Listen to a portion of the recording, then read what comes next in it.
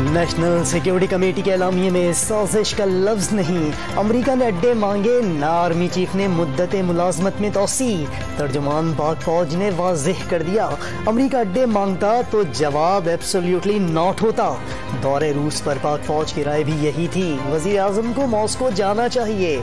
Army chief 29 नवंबर को retire हो जाएंगे, तोसी चाहते हैं ना कबूल करेंगे। DGISPR major general Babar Iftikhar ने दो टोक बता दिया। सियासी महाजराई पर 3 ऑप्शंस एस्टेब्लिशमेंट ने नहीं दिए। साबिक वजीर आजम ने फौजी क़यादत से खुद राब्ता करके कहा डेडलॉक है, बीच बचाव कराएं। आर्मी चीफ और DGISI मिलने गए। इसी मुलाकात में 3 ऑप्शंस पर बात हुई। तजावीज़ लेकर हिज़्ब इख्तिलाफ के पास गए। ऑपोजिशन ने तीनों ऑप्शंस मुस्तरद कर दिए। तर्जुमान पाक फौज की वजाहत।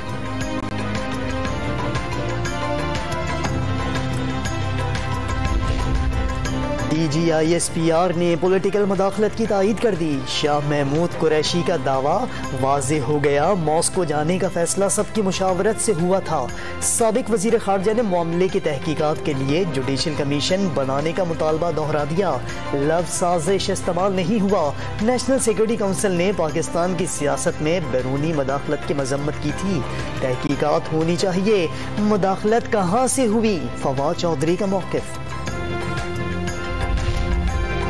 बिलावल भुट्टो जरदारी ने DGISPR की प्रेस कॉन्फ्रेंस जमहूरियत के लिए ताज़ा हवा का झोंका करार दे दिया।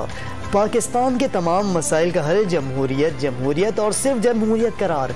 कुर्सी की खातिर कौमी सलामती से खेलने की मुबैना कोशिश पर इमरान खान का मुहासबा होना चाहिए। मरियम नवाज का मुतालबा।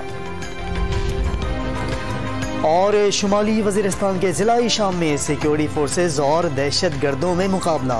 सिपाही इस्मतुल्लाह खान शहीद।